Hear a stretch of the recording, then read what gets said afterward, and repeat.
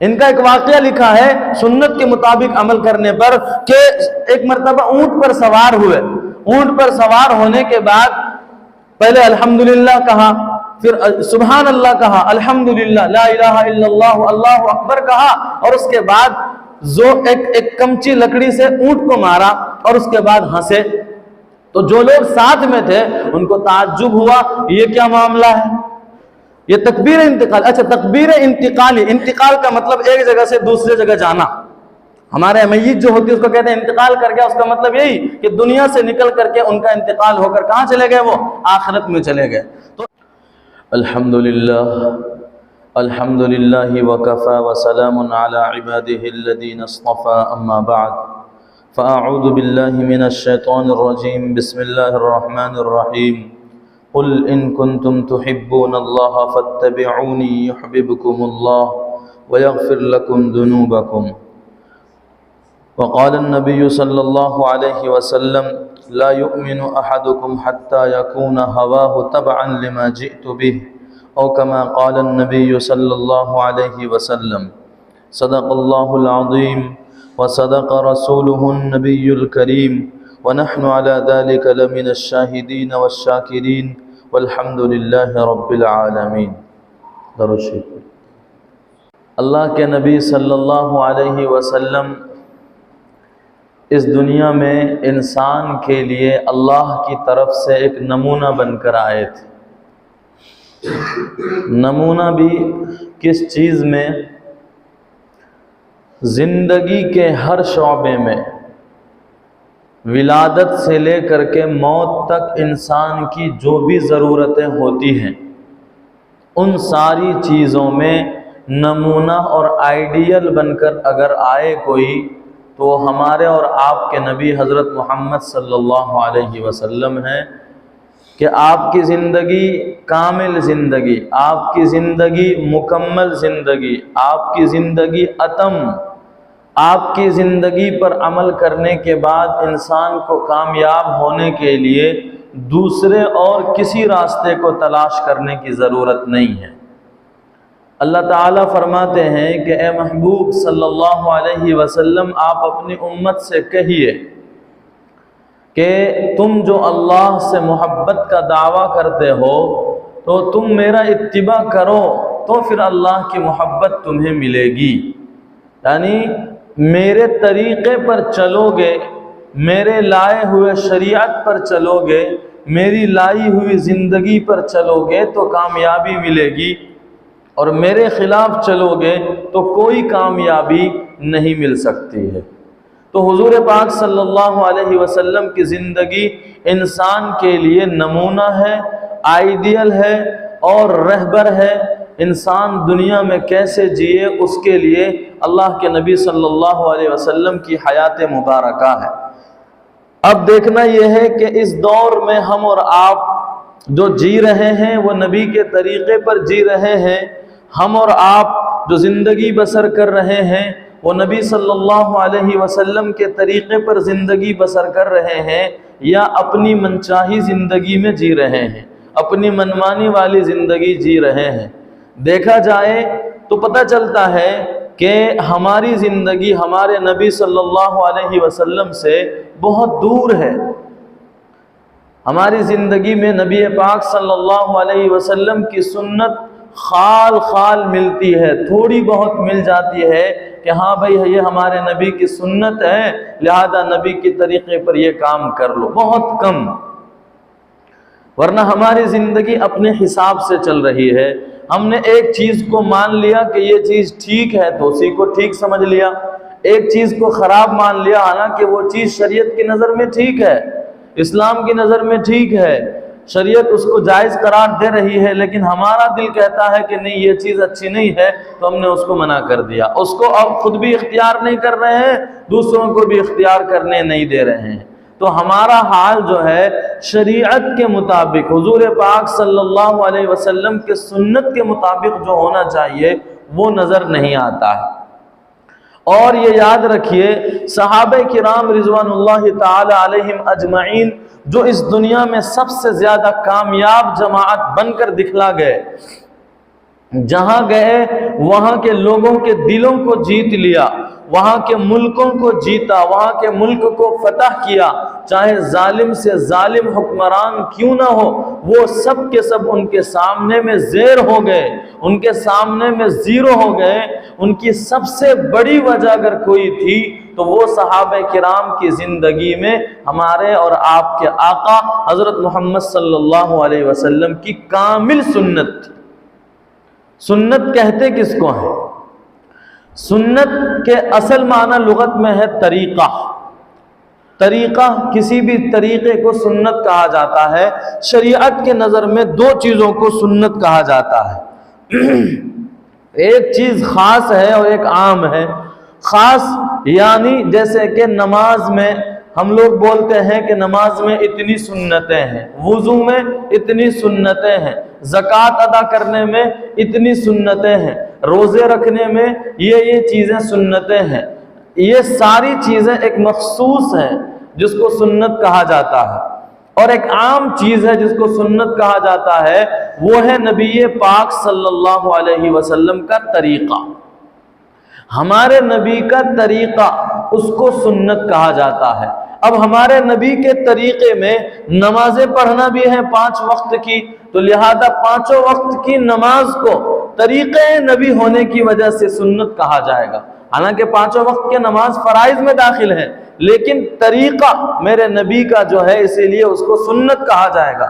اسی طرح سے میرے نبی صلی اللہ علیہ وسلم نے دوسرے جو اعمال کیے ہیں وہ بھی سنت، یہاں تک کہ آپ صلی اللہ علیہ وسلم نے اس طرح سے چل کر دکھایا کہ آپ کے چلنے کے بارے میں صحابہ کرام نقل کرتے ہیں کہ میرے نبی یمشی، ایسا چلتے تھے جیسے کہ اونچائی سے نیچے کی طرف اتر رہے ہوں۔ تو یہ چلنے کا طریقہ میرے نبی کا ہے، تو یہ بھی سنت ہے۔ میرے نبی نے پانی پینا سکھایا، بیٹھ کر پانی پینا چاہیے، 3 سانس میں پانی پینا چاہیے، یہ میرے نبی کی سنت ہے۔ سونے کا طریقہ بتایا کہ سونے سے پہلے وضو کر کے سونا چاہیے، یہ میرے نبی کی سنت ہے۔ سونے کے لیے جب بستر پر جائیں تو 3 مرتبہ بستر کو جھاڑ کر سوئیں، یہ میرے نبی کی سنت ہے۔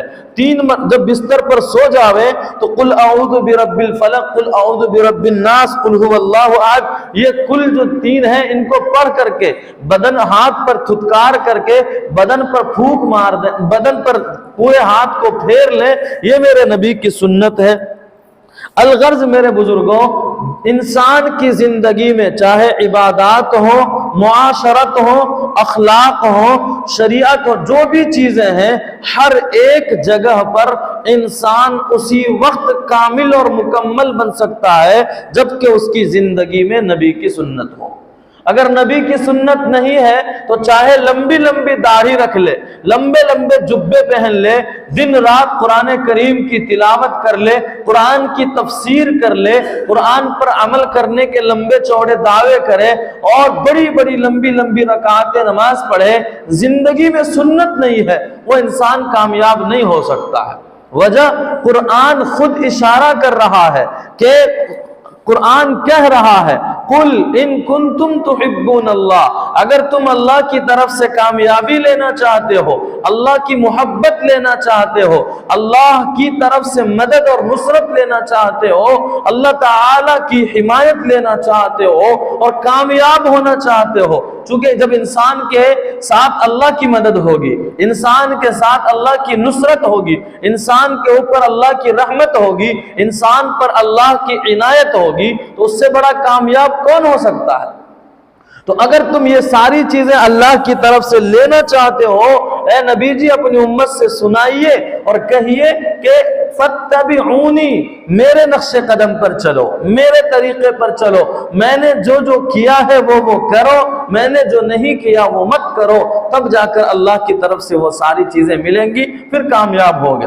اسی کا اشارہ کلمہ طیبہ لا الہ الا اللہ محمد الرسول اللہ میں ہے کہ انسان کی زندگی کے اندر 2 چیزیں ہیں، 2 چیزیں حاصل کرنے کے بعد انسان کامیاب ہو سکتا ہے۔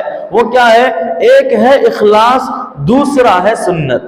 اخلاص اور اتباع شریعت۔ اخلاص لا الہ الا اللہ یہ اخلاص سکھاتا ہے، اور محمد الرسول اللہ یہ شریعت کا اتباع اور حضور پاک صلی اللہ علیہ وسلم کی سنت پر چلنا سکھاتا ہے۔ اخلاص کا مطلب ہے ہم جو بھی کریں وہ اللہ تعالی کے لیے کریں، انسانوں کو دکھانے کے لیے نہیں، اپنے شیخ کو دکھانے کے لیے نہیں، اپنے استاذ کو دکھانے کے لیے نہیں، اپنے گاؤں محلوں کو دکھانے کے لیے نہیں کہ دیکھو میں فلاں کام کر رہا ہوں، میں بہت بڑا بزرگ ہوں، میں اتنے صدقات زکوٰۃ نکال رہا ہوں، میں بڑا شریعت کا پابند ہوں، میں حاجی بن رہا ہوں، میں شریعت کا پابند ہوں، میں عمرہ کر کے آ رہا ہوں، میں تو بہت بڑا پابند ہوں، میں بہت خرچ کرنے والا ہوں اللہ کے راستے میں، دیکھو دیکھو لوگوں میں اتنے لٹاتا ہوں۔ اگر انسان کے دل میں ذرا بھی اخلاص میں کمی آ گئی اور اللہ کو چھوڑ کر کسی بھی انسان کے بارے میں دل میں خیال آیا، یہ ریاکاری ہے، اور ریاکاری کو شرک اللہ کے نبی نے بتلایا۔ اور ارشاد فرمایا کل قیامت کے دن ایسے ریاکار انسان جو دوسروں کے لیے کام کرتے تھے، ان کو اعلان کیا جائے گا کہ آؤ تم اپنا اعمال کے بارے میں حساب دو، تو وہ آئے گا، جیسے کہ حدیث پاک میں ہے 3 لوگوں کو بلایا جائے گا، اور بلانے کے بعد ان سے سوال و جواب ہوں گے۔ سب سے پہلے مالدار کو بلایا جائے گا، مالدار سے کہا جائے گا ہم نے تمہیں مال دیے، تم نے ہمارے مال میں کیا کیا کیا؟ تو مالدار کہے گا کہ یا اللہ آپ کے راستے میں خرچ کرنے کا کون سا ایسا طریقہ نہیں تھا جو ہم نے نہیں کیا، بلکہ جون سا بھی راستہ ہمیں معلوم ہوا میں نے سب میں صدقہ کیا، خیرات کیا، جہاں جہاں یہ معلوم ہوا کہ ہاں یہاں اللہ کو پسند ہے، یہاں اللہ کو پسند ہے، یہاں صدقہ کرنا خیرات کرنا اللہ کو پسند ہے، میرے مولا ہر جگہ میں نے لٹائے دین میں مال کو۔ اللہ کہیں گے کہ جھوٹ بولتا ہے، تو نے یہ میرے لیے نہیں کیا تھا بلکہ اس لیے کیا تھا تاکہ لوگ تم کو مالدار کہیں کہ بڑا مالدار ہے، بڑا سخی انسان ہے، کتنا پیسہ خرچہ کرتا ہے دین کے نام پر، کتنا خرچہ کرتا ہے شریعت کے نام پر، کتنا خرچہ کرتا ہے اللہ کے راستے میں، واہ واہ بڑا دیندار انسان ہے، بڑا مالدار انسان ہے۔ اللہ کہیں گے جا جا، جس کو تو نے جس کے لیے خرچہ کیا تھا وہ سب تم کو دنیا میں لوگ کہہ گئے، اب تیرا آخرت میں کوئی حصہ نہیں ہے۔ کیوں؟ اخلاص نہیں تھا، حضور کے طریقے کے مطابق خرچ کرنا نہیں تھا، اس کے لیے وہ مردود ہوا، اور حدیث پاک کے الفاظ ہیں اس کو گھسیٹ کر منہ زمین میں گھستا ہوا جائے گا اور پکڑ کر کے فرشتے جہنم میں پھینک دیں گے۔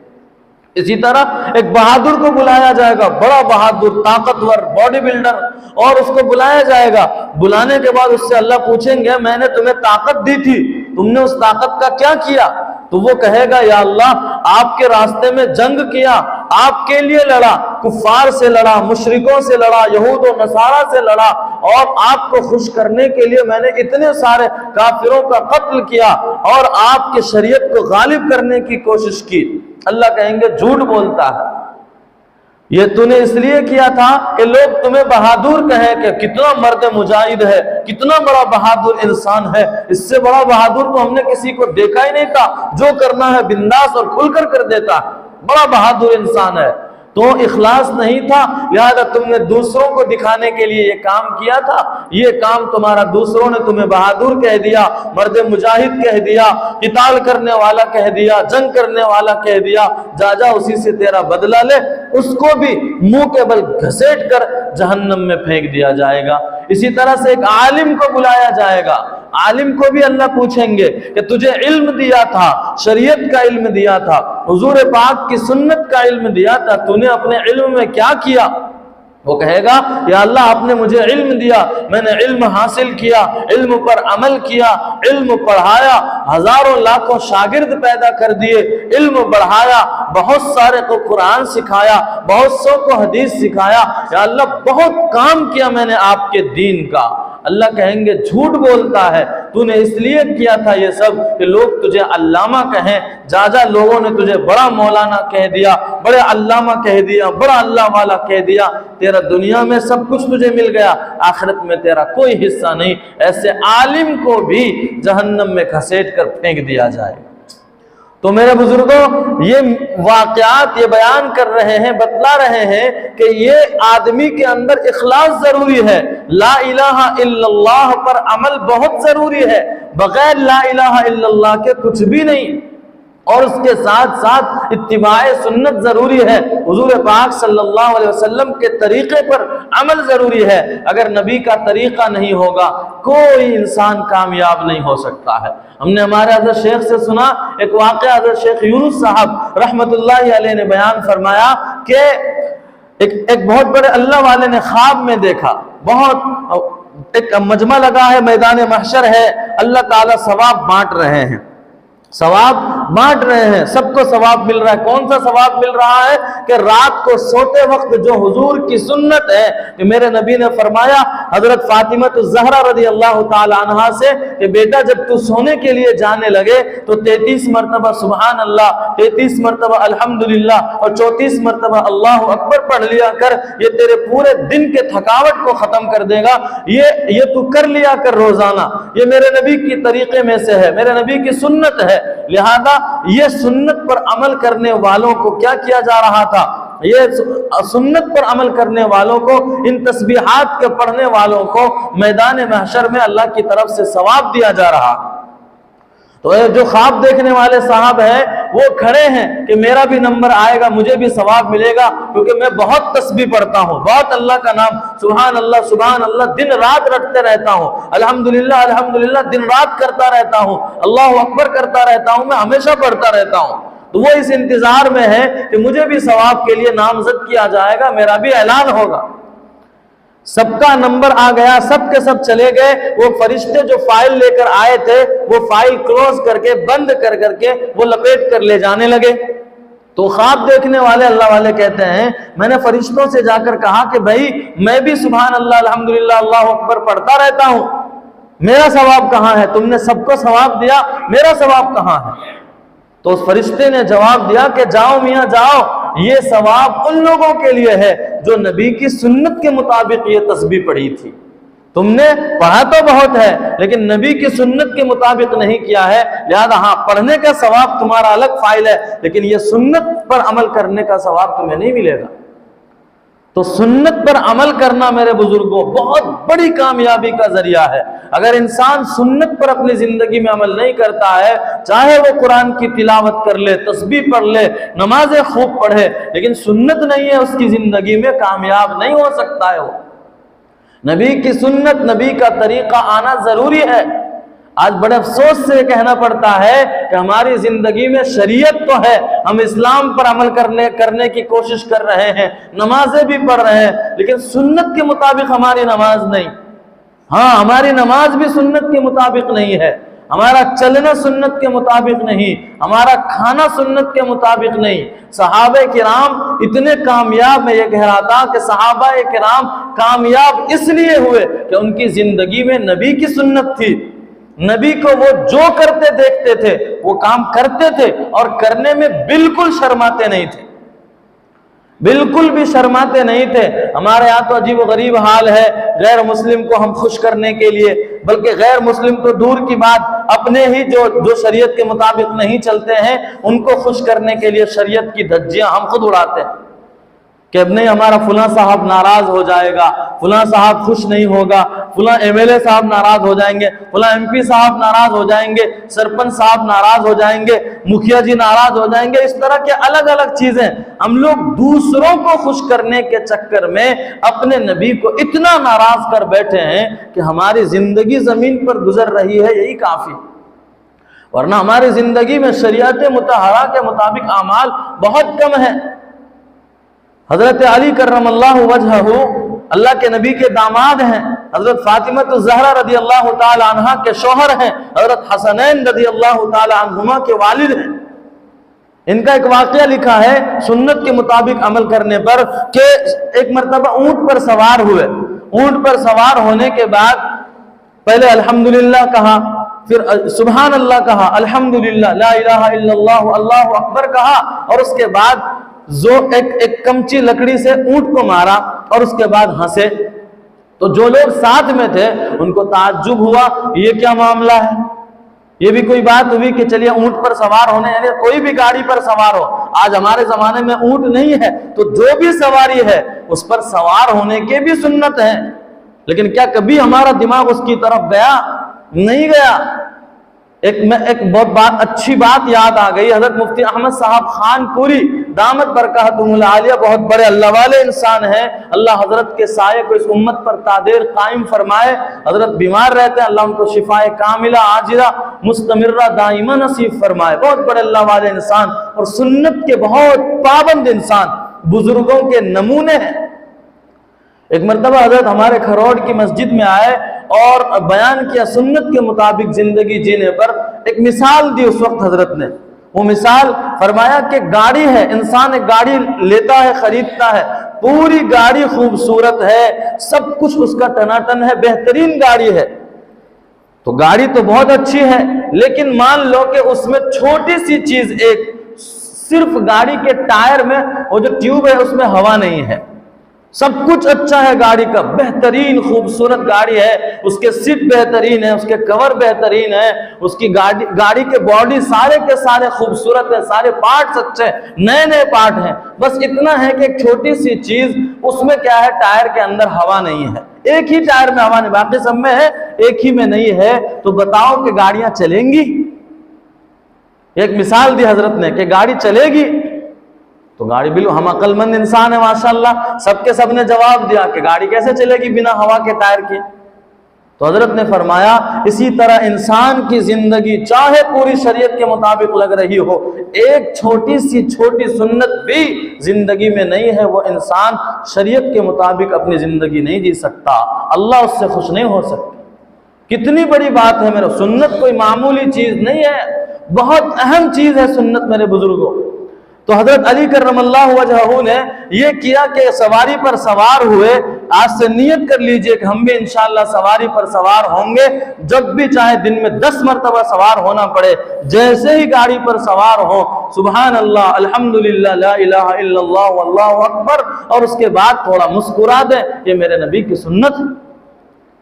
سنت ادا کرنے کا ثواب میرے بزرگوں. اللہ کے ولی بننا چاہتے ہو، کوئی اللہ والا بننا چاہتے ہو، جو یہ چاہتا ہو کہ مجھے جینے کا مزہ آوے، روحانیت مجھے مزہ آوے، اس کو حضرت مولانا رشید احمد گنگوہی رحمت اللہ علیہ انہوں نے فرمایا ایک مرتبہ کہ 3 سال تک خوب مجاہدہ کیا. مجاہدہ بولے تو دن کو روزہ رکھنا، تہجد پڑھنا، نفلیں پڑھنا اور صدقات کرنا، خوب اللہ اللہ اللہ اللہ کا ذکر کرنا، رٹے لگانا، قرآن کی تلاوت کرنا، بس مجاہدہ ہی مجاہدہ، دنیا سے کوئی لینا دینا نہیں. 3 سال کی مجاہدہ کا خلاصہ یہ نکلا کہ درویشی اور اللہ والا بننا اتباع سنت میں ہے. نبی کے طریقے میں ساری چیزیں موجود ہیں. انسان چلتے پھرتے اللہ والا بن سکتا ہے اگر اس کی زندگی میں نبی کا طریقہ ہے. تو حضرت علی کرم اللہ وجہہ نے جب اونٹ پر سوار ہو کر یہ کام کیے اور پھر کمچی مار کر کے مسکرائے تو لوگوں نے کہا کہ یہ کیا معاملہ ہے. حضرت نے فرمایا میں ایک مرتبہ اپنے آقا حضرت محمد صلی اللہ علیہ وسلم کے ساتھ تھا، میں نے اپنے نبی کو اسی طرح کرتے ہوئے دیکھا تھا، اسی لیے میں نے یہ کیا. تو یہ صحابہ کرام کی زندگی ایک نہیں، ایسے سارے صحابہ کی زندگی ہے کہ سارے صحابہ کی زندگی میں نبی کی سنت جو ہے کوٹ کوٹ کر بھری ہوئی تھی. آج ہمارے سامنے میں ایک چیز ہے، اللہ کے نبی صلی اللہ علیہ وسلم کی سنتوں میں سے ایک سنت یہ ہے کہ آپ جب بھی کسی بھی برائی کو دیکھتے تھے تو آپ منع کرتے تھے. امر بالمعروف جس کو کہتے ہیں، فوراً منع کر دیتے تھے آپ. بتائیے کہ ہمارے سامنے میں اتنی زیادہ برائیاں ہو رہی ہیں، کیا کبھی ہم نے اپنے نبی کی سنت کے مطابق کسی کو یہ کہا کہ یہ غلط ہے؟ جان دو با اس کا کام ہے، وہ کرتے ہیں، ہم نے اس سے کیا لینا دینا، ہمیں اچھا بنے نہیں. میرے بزرگوں، میرے نبی کی سنت ہے. حضرت عمر ابن خطاب رضی اللہ تعالی عنہ آخری لمحات ہیں، بستر پر سو رہے ہیں، ایک آدمی عیادت کے لیے آئے. اچھا، نبی کے صحابہ کو دیکھنے والے کوئی معمولی لوگ نہیں، نبی کے صحابہ کو دیکھنے والے تابعی کہلاتے ہیں. اور میرے نبی نے فرمایا کہ بہترین زمانہ میرا زمانہ ہے، اور اس کے بعد میرے صحابہ کا زمانہ ہے، اور اس کے بعد تابعین کا زمانہ ہے.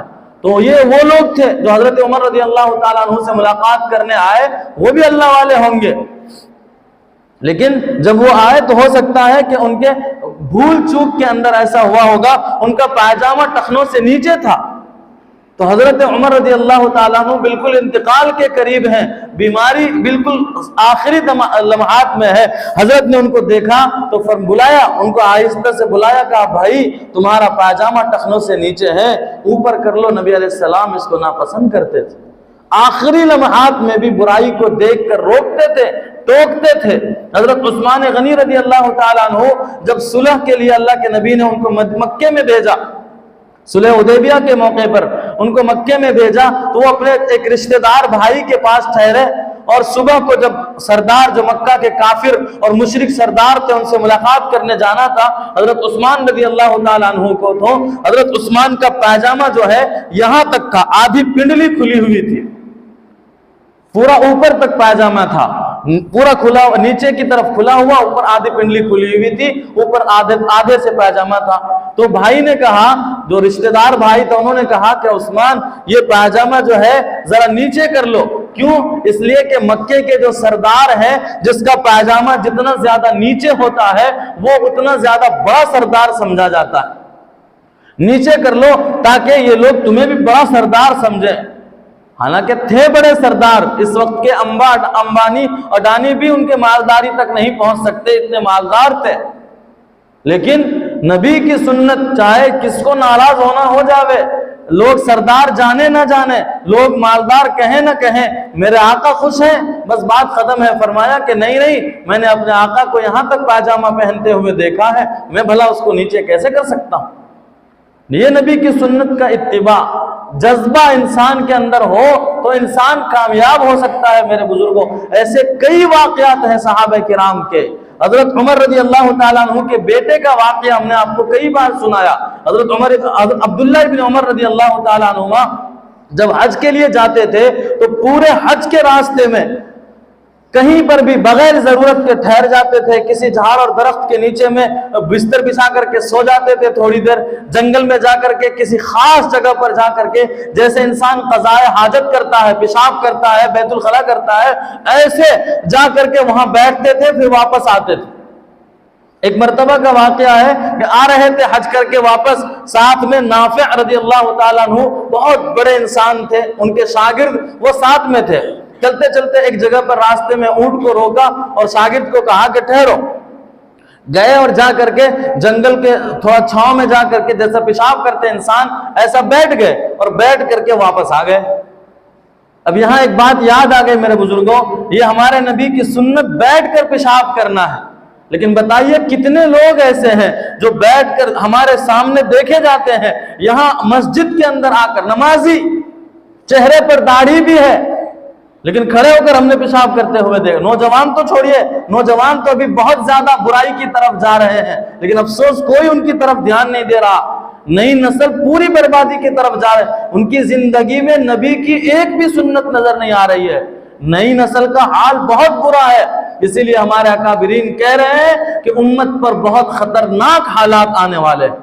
کیوں نہیں آئیں گے؟ کیونکہ آنے والی جو نئی نسل ہے، جو نبی کا دیوانہ ہونا چاہیے، نبی کا عاشق ہونا چاہیے، صحابہ کرام کا عاشق ہونا چاہیے، وہ دنیا کے ایکٹروں کے پیچھے بھاگ رہا ہے۔ ان کے چہرے پر داڑھی بھی دنیا کے ایکٹروں کے جیسے، ان کے سر کے بال بھی دنیا کے کسی ہیرو اور کرکٹر کے جیسے ہے، ان کے جسم پر جو کپڑے ہیں وہ بھی کسی غیر کے جیسے ہیں۔ تو بھلا حالات نہیں آئیں گے تو کیا آئیں گے؟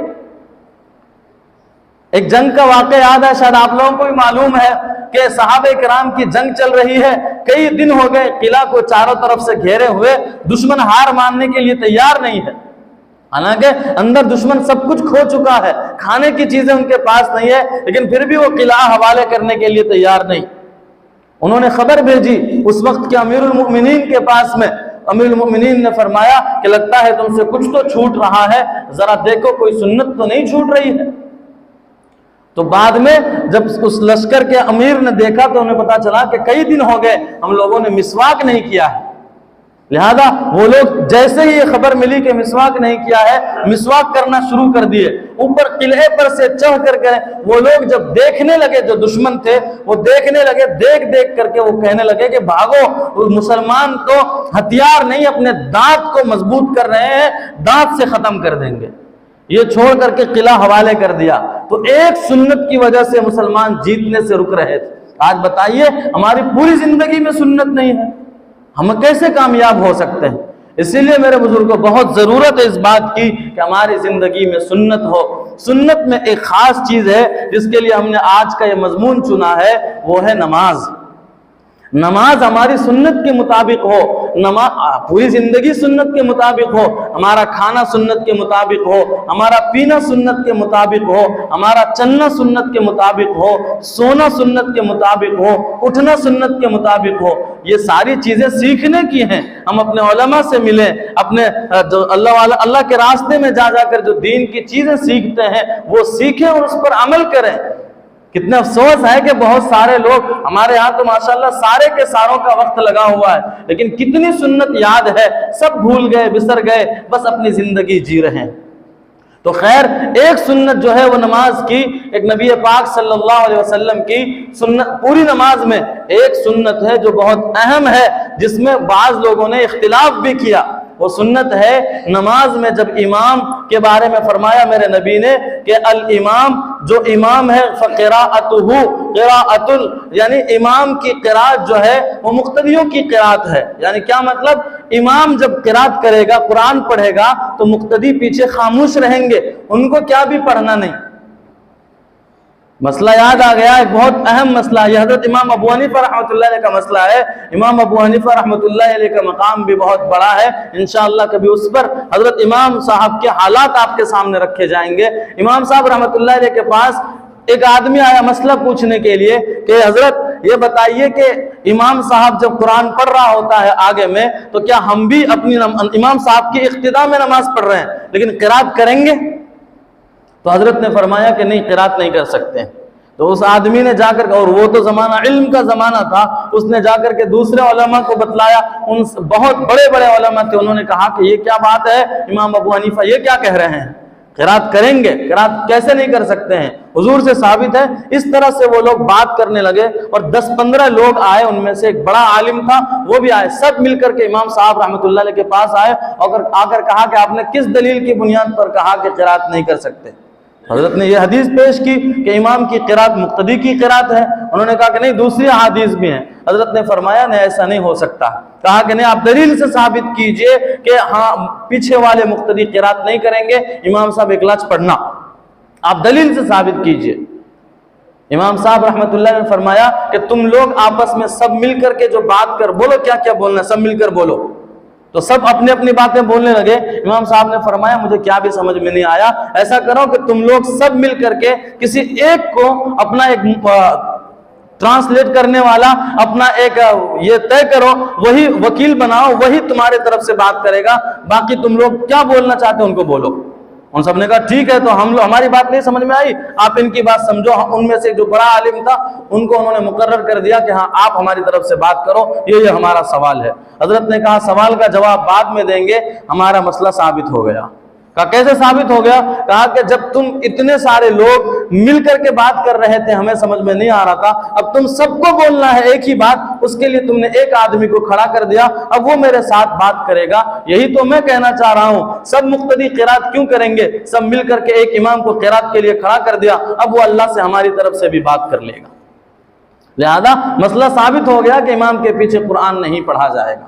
خیر، یہ بھی مسئلہ ہو گیا۔ تو یہی امام ہے، بہت بڑے انسان ہیں، زندگی حضرت کی اتنی بڑی ہے میرے بزرگوں، اتنی بڑی ہے کہ آپ نے پوری زندگی میں 12,83,000 مسئلے نکال کر کے امت کو دیے۔ کتنے مسئلے؟ 12,83,000 مسئلے امت کو نکال کر کے دیے ہیں۔ اور تقوی کا عالم کیا کہنا، وقت نہیں ہے میرے بزرگوں۔ تو حضرت امام کے ماننے والے ہم اور آپ ہیں۔ ہم لوگ مسلکن فقہی اعتبار سے کیا ہیں؟ حنفی کہلاتے ہیں۔ کیا کہلاتے ہیں؟ حنفی بولیے بھائی، ہمارا مسلک حنفی ہے۔ دنیا میں 4 مسلک ہیں، ان میں سے ایک مسلک حنفی ہے، چونکہ امام ابو حنیفہ رحمۃ اللہ علیہ کے طریقے پر، ان کے بتائے ہوئے طریقے پر ہم اور آپ چلتے ہیں، لہذا ہم لوگ حنفی کہے جاتے ہیں۔ تو امام صاحب رحمۃ اللہ علیہ کا ایک مسئلہ ہے میرے بزرگوں، ایک نماز کی سنت کے مطابق نماز کی بات ہو رہی ہے، وہ یہ ہے کہ آدمی جب جماعت سے نماز پڑھے گا تو نماز جماعت میں امام کے ساتھ زور سے نہیں بولنا، یہ سنت ہے۔ یہ میں اپنی بھاشا میں بات کر رہا ہوں، ورنہ جہرن تکبیر نہیں کہنا، یہ اصولی بات ہے۔ یعنی تکبیر انتقالی بولتے ہیں اس کو. جیسے ہم نے اللہ اکبر کہا تو امام اللہ اکبر زور سے بولے گا, پیچھے جو مقتدی ہیں وہ آہستہ اللہ اکبر بولے گا, یہ سنت ہے. اسی طرح سے جب رکوع میں جائیں گے اللہ اکبر بول کر, یہ نبی کی سنت ہے کہ امام زور سے بولے گا اور باقی مقتدی جو ہیں وہ آہستہ بولیں گے. یہ تکبیر انتقال. اچھا, تکبیر انتقالی, انتقال کا مطلب ایک جگہ سے دوسری جگہ جانا. ہمارے میت جو ہوتی ہے اس کو کہتے ہیں انتقال کر گیا. اس کا مطلب یہی کہ دنیا سے نکل کر کے ان کا انتقال ہو کر کہاں چلے گئے, وہ آخرت میں چلے گئے. تو رکوع میں یا قیام میں تھے, انتقال کر کے رکوع میں گئے, پھر سمیع اللہ لمن حمدہ بولا تو رکوع سے انتقال کر کے اوپر کی طرف آئے, قوما میں آئے. اس طرح اس کو تکبیر انتقالی کہتے ہیں. تو خیر, تکبیر انتقالی میں امام زور سے بولے, مقتدی سارے کے سارے آہستہ بولیں.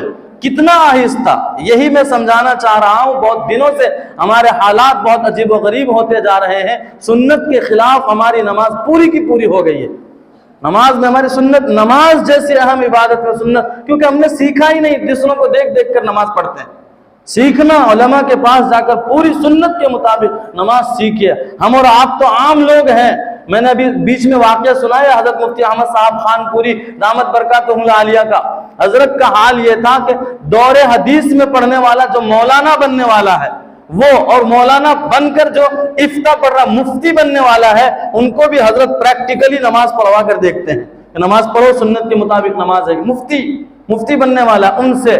تو نماز میں یہ سنت ہے کہ ہم پیچھے جو ہیں آہستہ تکبیر کہیں. ایک بات ہو گئی. اسی طرح سے سبحان ربی العظیم ہے, سبحان ربی الاعلی ہے, ثنا ہے, یہ سب پڑھنا ہے پیچھے مقتدیوں کو بھی. یہ بھی آہستہ. کتنا آہستہ, یہی اصل سوال ہے. اتنا آہستہ کہ صرف اپنے آپ کو سنائی دے, پڑوس والوں کو نہیں سنائی دے. بہت سارے لوگ شکایت کرتے ہیں کہ مولانا پتہ نہیں عجیب و غریب حال ہے. آج بھی ایک نے کہا کہ بازو والے لوگ اتنا زور سے بولتے ہیں کہ ہماری نماز میں دھیان بھٹکتا ہے. کیوں یہ سنت کے خلاف نماز پڑھ رہے میرے بزرگوں؟ نماز بھی سنت کے خلاف اگر ہو جاوے تو بتائیے کہ ہم کیسے مسلمان. تو انہی میں سے ایک تو یہ تکبیر انتقالی ہے. تکبیر انتقالی کے وقت بھی ہماری آواز صرف ہم کو سنائی دینا, دوسروں کو سنائی نہ دے. اسی طرح سے جو ساری تسبیحات ہیں, التحیات, درود, ثنا, یہ سب بھی بالکل اپنے آپ کو سنائی دے, دوسروں کو سنائی نہ دے. یہ سنت ہے. اس کے علاوہ ایک بہت اہم چیز ہے میرے بزرگوں, میں کہہ کر تھک گیا, وہ ہے وَلَضَّالِّينَ. جب امام بولتا ہے تو مقتدی کو آمین کہنا چاہیے, یہ میرے نبی نے فرمایا. بعض روایتوں سے یہ معلوم ہوتا ہے کہ وَلَضَّالِّينَ امام کہے, امام کو بھی آمین کہنا چاہیے. اس روایت پر عمل کرتے ہوئے ہم بھی وَلَضَّالِّينَ کے بعد کبھی کبھی آمین کہتے ہیں. لیکن یہ بتائیے کہ آج تک آپ نے نماز پڑھی, کتنی نمازوں میں آمین میک میرے سامنے ہے, پھر بھی ہم آمین بولتے ہیں آپ کو سنائی دیا ہو؟ کبھی نہیں. کیونکہ اپنے آپ کو سنانا ہے, بازو والوں کو نہیں سنانا ہے. لیکن افسوس صد افسوس یہ ہے کہ ہماری پوری مسجد گونج رہی ہے. کیوں گونج؟ سنت کے خلاف عمل. حالانکہ سنت ہی ہے, زور سے بھی بولے تو اس سے نماز میں جائز ہے حرام ہے ایسا نہیں ہے, ناجائز ایسا. نماز تو ہوگی لیکن سنت کے خلاف نماز ہوگی, اور سنت کے خلاف کام کرنا گویا کہ نبی کو ناراض کرنا ہے, اور نبی کو جس نے ناراض کیا اس نے اللہ کو ناراض کیا. تو نماز پڑھ کر بھی اللہ کو ناراض کر رہے ہیں, بتائیے کیا فائدہ. اسی لیے یہ طے کیجئے کہ ہماری پوری زندگی میں سنت آئے. پوری زندگی میں صبح سے لے کر شام سونے تک ہماری جو زندگی ہے اس میں ہم اپنے نبی کی سنت کو سیکھیں, علماء سے مل کر, اللہ کے راستے میں نکل کر کے, اور جو دین کی مجلسیں لگتی ہے وہاں جا کر کے, تعلیم ہمارے یہاں فجر میں ہوتی ہے اس میں بیٹھ کر کے نبی کی سنت کو سیکھیں, اور اس کے بعد اس پر عمل کریں, اور خاص طور پر اپنی نماز کو سیکھیں, نماز سنت کے مطابق بنائے. اور یہ وَلَضَّالِّينَ کے بعد یہ جو آمین بہت زور زور سے بولا جا رہا ہے, اللہ کے واسطے اپنے آپ کو سنت کے مطابق لائیں اور بہت آہستہ آمین بولیں. آہستہ کا مطلب میں بار بار کہہ رہا ہوں, صرف اپنے آپ کو سنائی دے.